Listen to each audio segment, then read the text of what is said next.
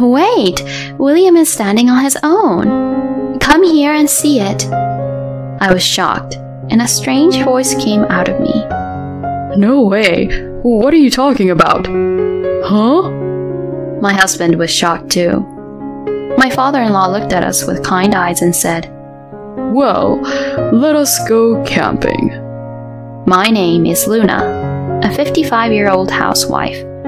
My husband, Harry, is an ordinary businessman of the same age. My son, Ronald, also a businessman, is married and is the father of a little boy who is not yet 1 year old. His wife is a very nice person, and our families get along well. The only problem was the conflict with my husband's family. It goes back to when our marriage was finalized. I was 27 years old and I met Harry at my workplace. I had heard that he had grown up in a very normal family, but when it came time to marry him, I found out that he actually came from a very wealthy family and that the rest of his family had brilliant backgrounds. His parents had a successful business career running a trading company, and his brother, Fred, 2 years younger than my husband, had graduated from a very prestigious national university and has started a successful IT venture company since then. Fred was married before Harry, and his wife was also a career woman. When it was time to meet his family, "So, you are the future wife of Harry? You must be happy to be the bride of a wealthy family like ours." That's what my mother-in-law, Molly, said to me.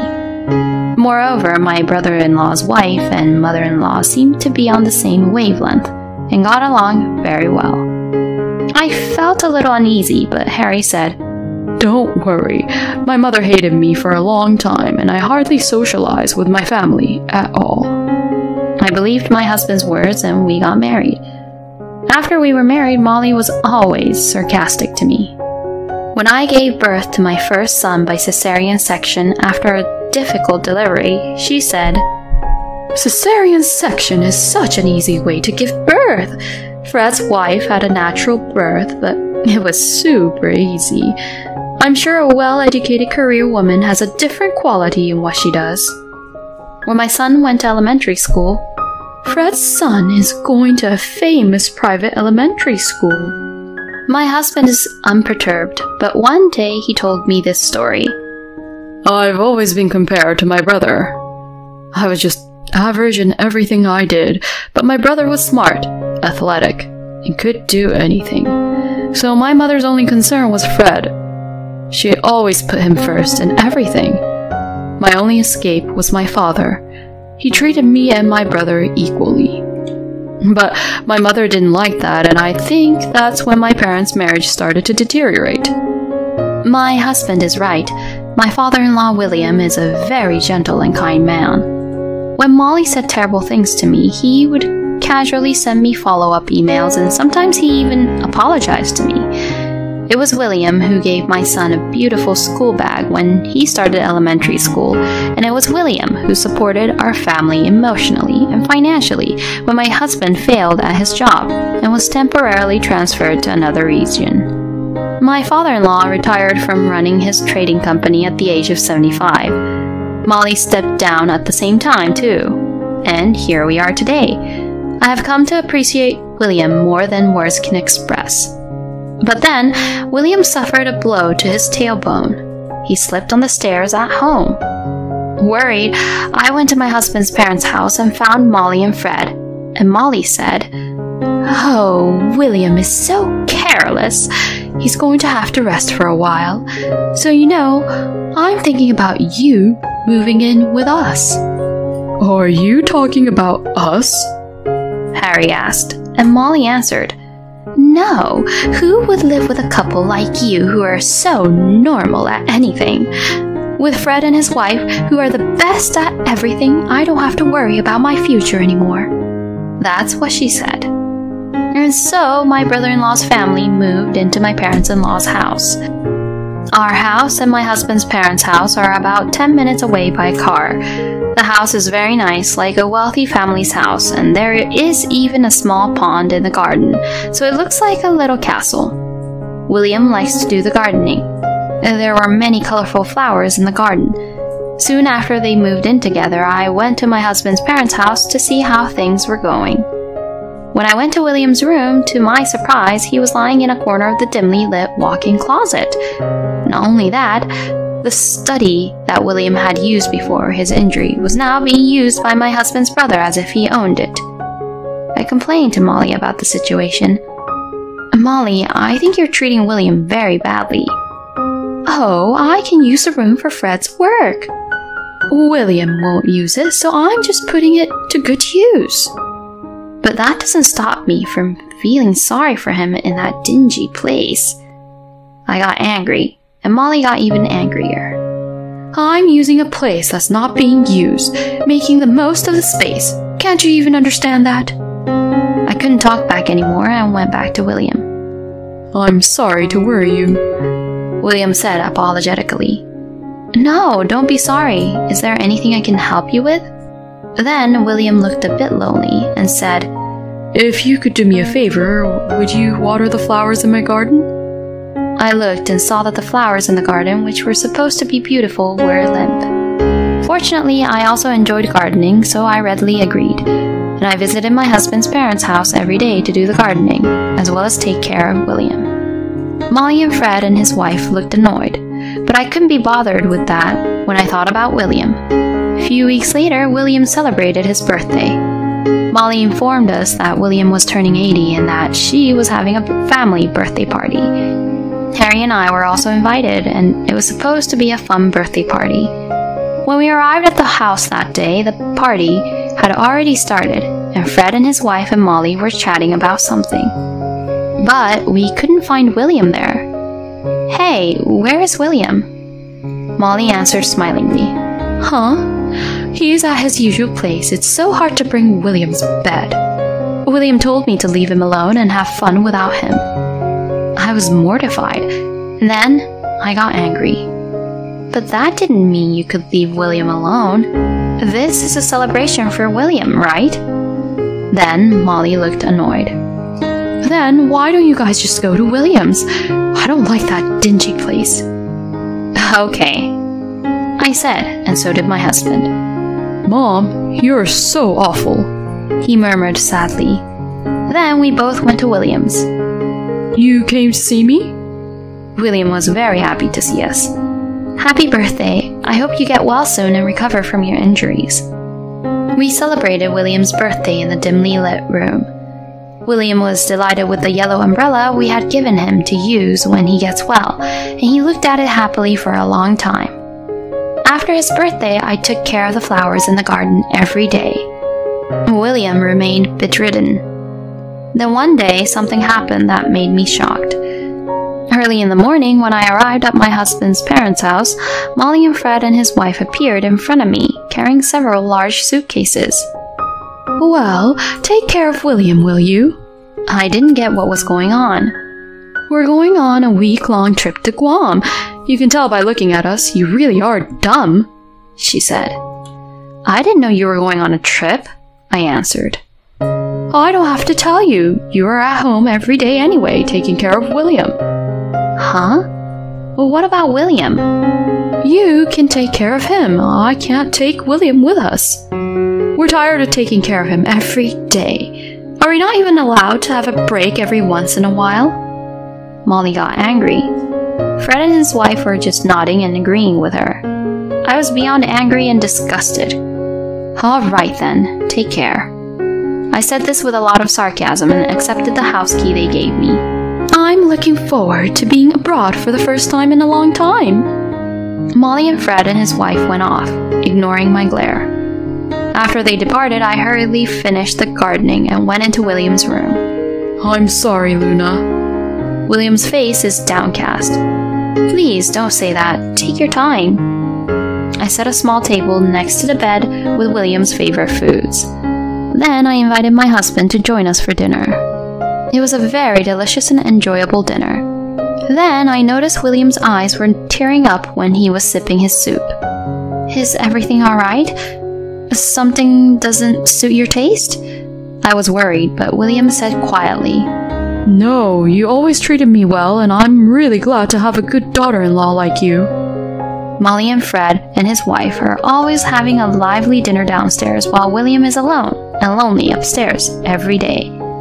Just the thought of it made my heart clench in my chest. The next day was a day off, so my husband and I decided to stay the night. The three of us chatted and enjoyed ourselves until William fell asleep. The next morning, when I saw the garden, I was surprised to see William standing there on his own taking care of the flowers. William? Good morning, Luna. William was doing the gardening as if nothing had happened.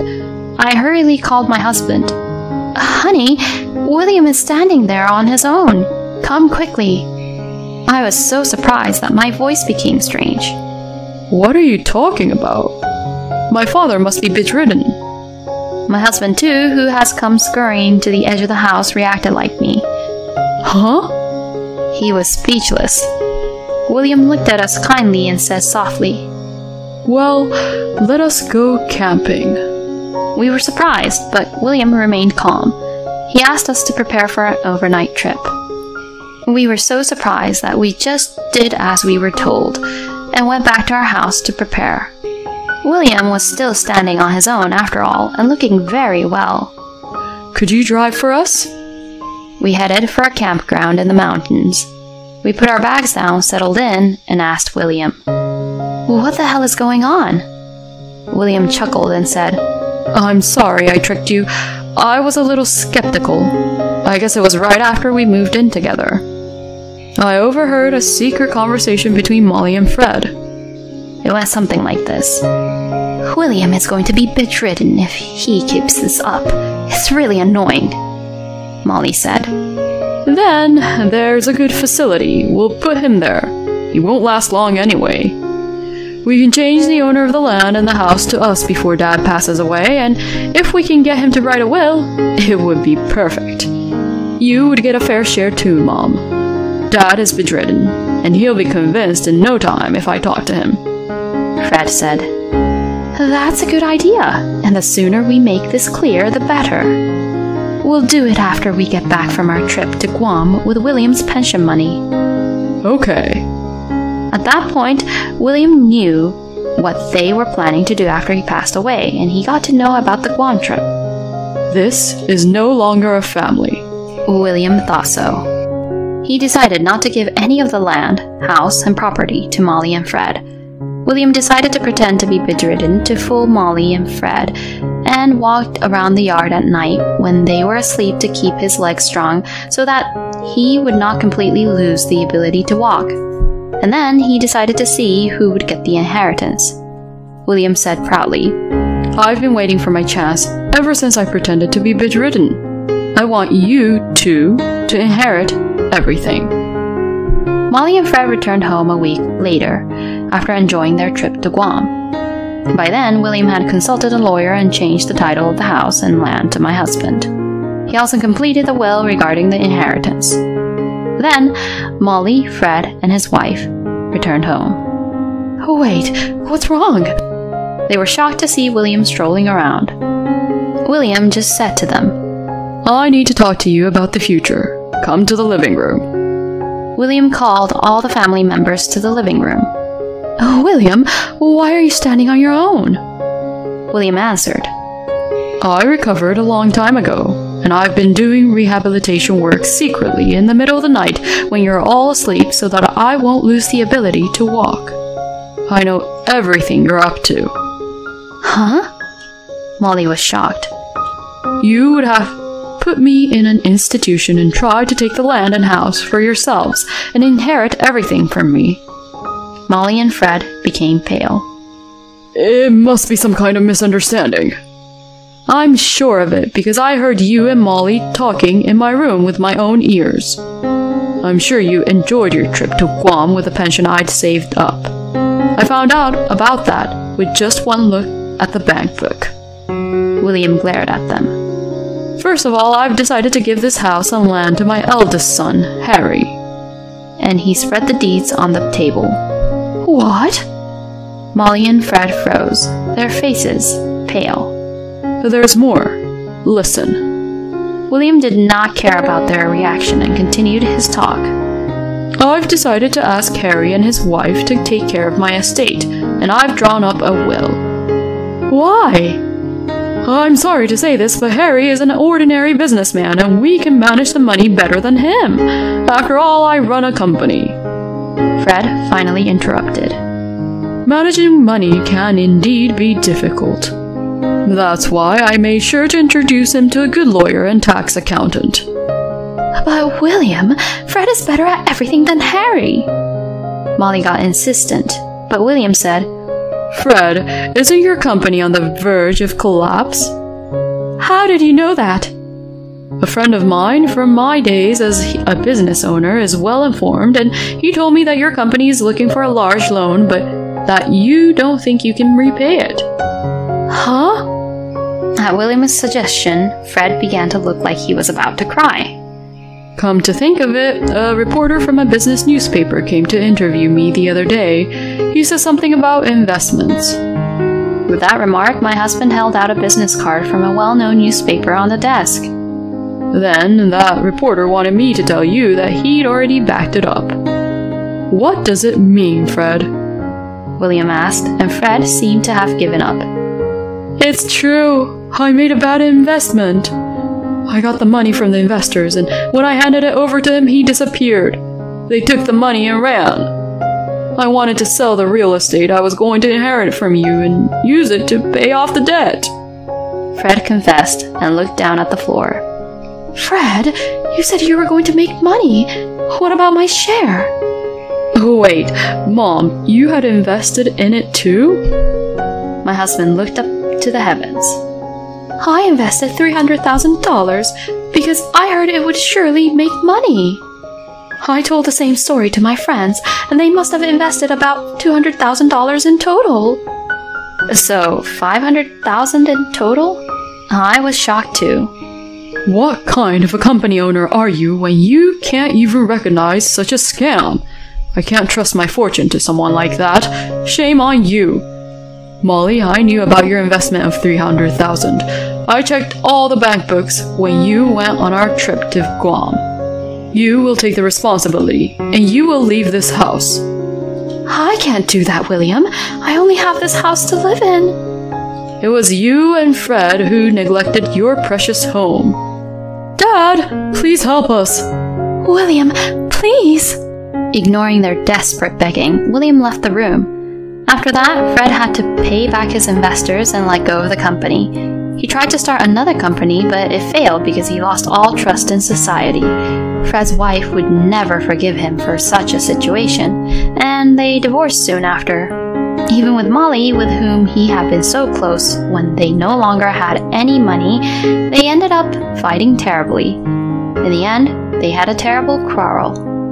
William and Molly also divorced.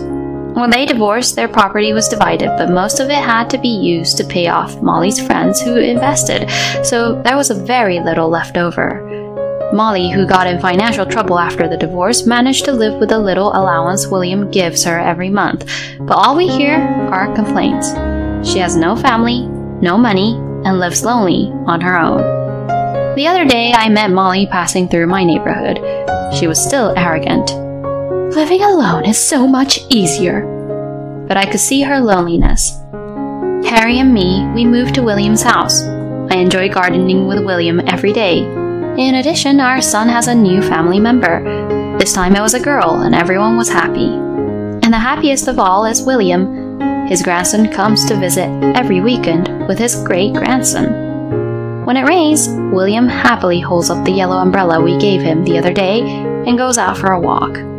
The sight of William like that makes me feel happy every day.